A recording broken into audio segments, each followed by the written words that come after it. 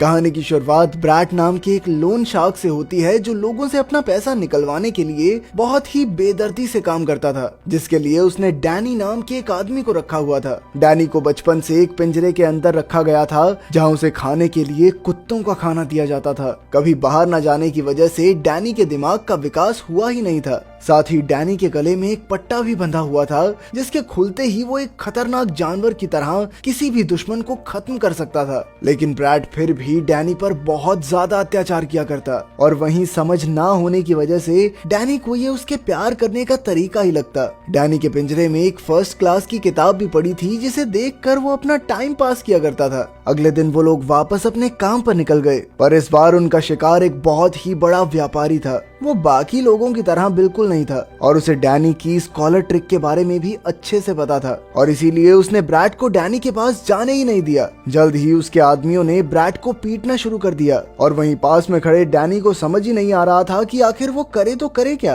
पर तभी किसी तरह से ब्रैड ने खुद को बचाते हुए उसके गले का पट्टा खोल दिया, जिसके बाद डैनी ने तुरंत वहां मौजूद सभी आदमियों को पीटना शुरू कर दिया और उसकी इस काबिलियत को देखकर वहीं पास में खड़ा वेद काफी हैरान था, जो कि एक अंडरग्राउंड फाइटिंग रिंग का मालिक भी था और उसे डैनी के अंदर बहुत सारा पैसा कमाने का एक मौका दिखा। सभी आदमियों को पीटने के बाद जब वो लोग बाहर आए तो ब्रैड अभी भी डैनी पर ही गुस्सा कर रहा था और उसकी जान बचाने के बावजूद भी ब्रैड के मुताबिक डैनी किसी काम का नहीं है। डैनी को अच्छे से डांटने के बाद वो लोग उस दिन की आखिरी जगह पर गए जो कि एक एंटीक वेयर हाउस था और ब्रैड पिछली बार की तरह मार नहीं खाना चाहता था और इसीलिए उसने डैनी को वेयर हाउस में रुककर इंतजार करते हुए एक अलार्म पर नजर रखने को कहा और जैसे ही उस अलार्म की बत्ती जली तो डैनी को अंदर जाकर ब्रैड को बचाना है। वेयर हाउस में इंतजार करते वक्त डैनी की नजर वहां मौजूद एक पियानो पर पड़ी, जिसे देखते ही उसे अपनी किताब में बनी हुई तस्वीर याद आ गई और उसने पियानो के बटन्स दबाना शुरू कर दिया। उसी वक्त उस कमरे में सैम नाम का एक अंधा आदमी आया जो उस पियानो को ठीक करने के लिए ही आया था और पियानो में डैनी की रुचि देखकर सैम ने उसकी मदद करना शुरू कर दिया।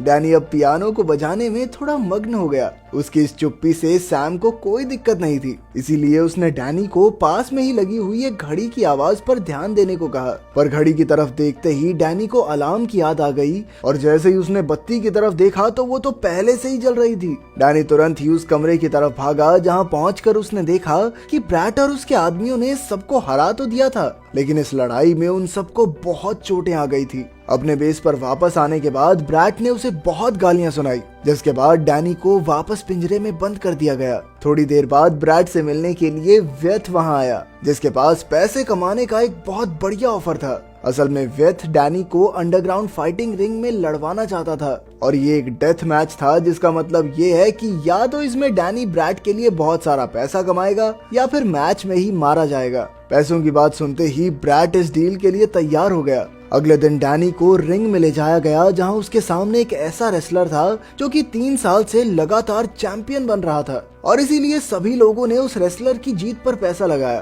पर मैच शुरू होते ही डैनी ने उस रेसलर के गले में 3 मुक्के मारकर मैच को 1 ही मिनट के अंदर खत्म कर दिया। व्यथ डैनी से बहुत ज्यादा खुश था और उसने तुरंत ही ब्रैट को उसके हिस्से के पैसे दे दिए। ब्रैट पहली बार डैनी के काम से खुश था और इसीलिए उसने डैनी को कुछ भी मांगने को कहा, पर जब डैनी ने उसके सामने पियानो की डिमांड रखी तो ब्रैट ने इसके लिए तुरंत मना कर दिया। तभी अचानक से एक ट्रक ने उनकी गाड़ी को ठोका। असल में ये काम उसी व्यापारी का था जिसे डैनी ने पिछले दिन पीटा था और आज वो उन सब से बदला लेने के लिए आया था। गाड़ी को ठोकने के बाद उसके आदमियों ने उन पर अंधाधुंध गोलियां चलानी शुरू कर दी। इस हमले में ब्रैट तो नहीं बचा, पर डैनी एक गोली लगने के बावजूद भी किसी तरह जिंदा बच गया। ब्रैट की मौत के बाद डैनी के पास अब कोई घर नहीं था, इसीलिए वो सीधा एंटीक वेयर हाउस चला गया जहां उसकी मुलाकात एक बार फिर सैम से हुई, जिसने डैनी को उसके कदमों की आवाजों से ही पहचान लिया। पर सैम के कुछ बोलने से पहले ही वो बेहोश हो गया और जब उसे होश आया तो वो पहली बार एक बिस्तर पर लेटा हुआ था और थोड़ी देर बाद उसे एहसास हुआ कि वो किसी नई जगह पर था। असल में पिछले 2 दिन से सैम अपने घर पर ही उसका ध्यान रख रहा था।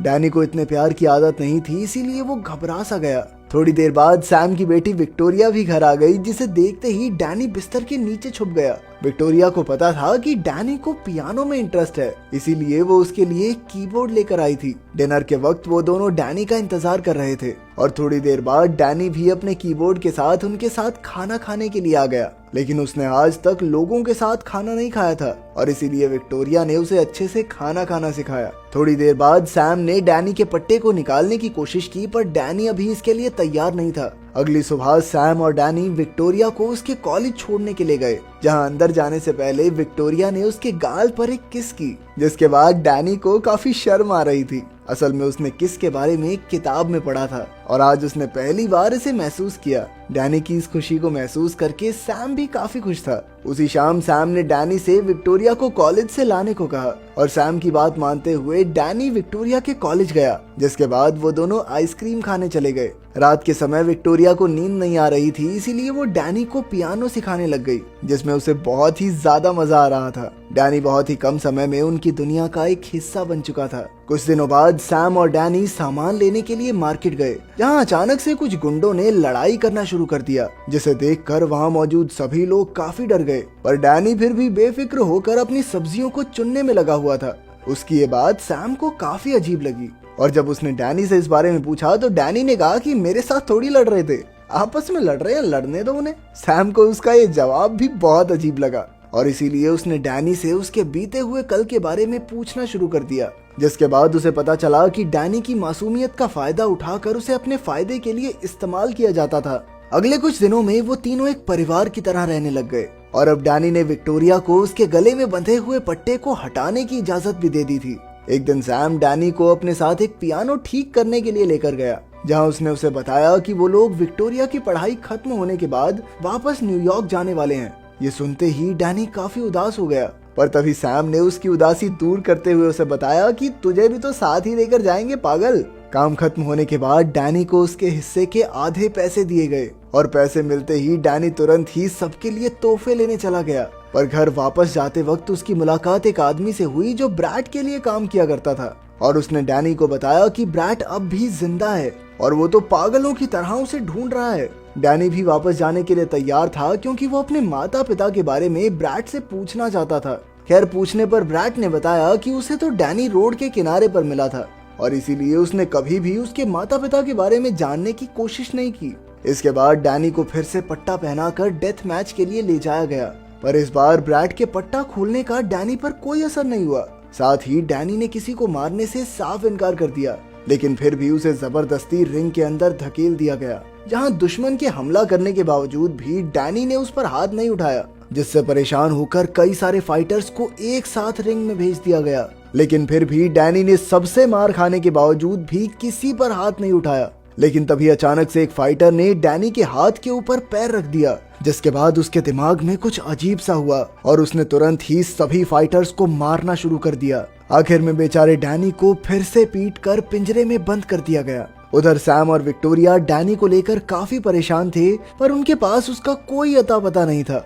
इधर मौका मिलते ही डैनी अपने पिंजरे से बाहर निकलकर ब्रैट के ऑफिस में पहुंच गया, जहां उसे कुछ तस्वीरें मिली और जल्द ही उसने उन तस्वीरों में खुद को पहचान लिया। उन तस्वीरों में वो अपनी माँ के साथ पियानो पर बैठा हुआ था। इसके बाद डैनी ने गुस्से में ब्रैट पर हमला करके उससे एक आखिरी बार अपनी माँ के बारे में पूछा, जिसके बाद ब्रैट ने उसे बताया कि असल में डैनी की माँ एक प्रोस्टिट्यूट थी और वो अक्सर ब्रैट के पास आया करती थी, जिस दौरान वो कई बार डैनी को भी अपने साथ लाती थी। लेकिन ब्रैट अंदर ही अंदर उसकी माँ से प्यार करने लगा था और इसीलिए जब एक बीमारी के चलते उसकी मौत हो गई तो उसने डैनी को अपने साथ रख लिया। अगले दिन जब वो लोग काम पर जा रहे थे तो अचानक से डैनी को परिवार शब्द सुनाई दिया, जिसे सुनते ही उसे सैम और विक्टोरिया की याद आ गई और उसने तुरंत ही ड्राइवर पर हमला कर दिया, जिस वजह से उनकी गाड़ी पलट गई। इस मौके का फायदा उठाकर वो वहां से भागकर सीधा अपने परिवार के पास पहुंच गया। उधर सैम और विक्टोरिया भी उसे देखकर बहुत ज्यादा खुश थे। जब डैनी ने अपनी माँ की कहानी सुनाई तो उन्हें भी बहुत दुख हुआ। विक्टोरिया ने उन तस्वीरों को देखकर सैम को उस जगह के बारे में बताया, जिससे सैम जल्द ही समझ गया कि ये कौन सी जगह है।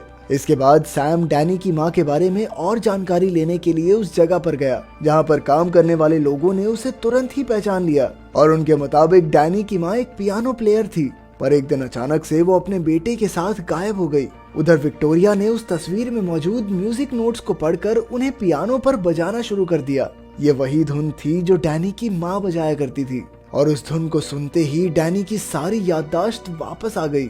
असल में डैनी की माँ एक बहुत ही गरीब पियानो प्लेयर थी और इसीलिए उन्होंने अपने शरीर के बदले ब्रैड से एक लोन लिया था, पर वो हमेशा डैनी को इस सब से बहुत दूर रखती थी। पर एक दिन जब ब्रैड को इस बारे में पता चला तो उसने डैनी से मिलने की कोशिश की, पर उसकी माँ इसके लिए बिल्कुल तैयार नहीं थी। इतनी सी बात से तिल मिलाकर ब्रैड ने उसकी माँ को गोली मार दी, जिसके बाद उसने डैनी को भी अपना गुलाम बना लिया। इधर याददाश्त वापस आते ही डैनी समझ गया था कि ब्रैड एक बहुत ही खतरनाक आदमी था और इसीलिए उसने विक्टोरिया और सैम को जल्द से जल्द शहर छोड़ने को कहा। पर उनके वहां से जाने से पहले ही ब्रैड और उसके आदमियों ने उन पर हमला कर दिया, इसलिए डैनी ने उनको अलमारी के अंदर छुपा दिया, जिसके बाद वो खुद ब्रैड के आदमियों का सामना करने चला गया। और इस बार उसका मुकाबला स्ट्रेंजर नाम के एक आदमी से था जो ठीक उसी की तरह लड़ता था, पर फिर भी डैनी ने उसे आसानी से हरा दिया। आखिर में ब्रैड खुद डैनी को ढूंढते हुए उसके घर में आया, जहां उसने सैम और विक्टोरिया को जान से मारने की धमकी देते हुए डैनी को सरेंडर करने को कहा। डैनी किसी भी हाल में सैम और विक्टोरिया को खोना नहीं चाहता था और इसीलिए वो इसके लिए तैयार भी हो गया। पर जैसे ही ब्रैड ने उसे पट्टा पहनाने की कोशिश की, तभी डैनी ने उसके ऊपर हमला कर दिया। डैनी इतने ज्यादा गुस्से में था कि वो किसी भी हाल में ब्रैड को खत्म करना चाहता था, पर ऐन वक्त पर सैम और विक्टोरिया ने बीच में आकर उसे बचा लिया। उसी समय पुलिस भी वहां आ गई और उन्होंने ब्रैड के किए हुए अपराधों के लिए उसे अरेस्ट कर लिया। कुछ दिनों बाद सैम और डैनी एक साथ विक्टोरिया का शो देखने के लिए गए, जहां शो से पहले विक्टोरिया ने सभी को बताया कि वो ये गाना किसी खास इंसान के लिए बजाने वाली है और असल में ये धुन वही थी जो अक्सर डैनी की माँ बजाया करती थी। ये देखकर डैनी बहुत ज्यादा खुश हो गया। अगर वीडियो पसंद आई तो लाइक कर देना, चैनल को सब्सक्राइब कर देना। मिलते हैं अगली वीडियो में।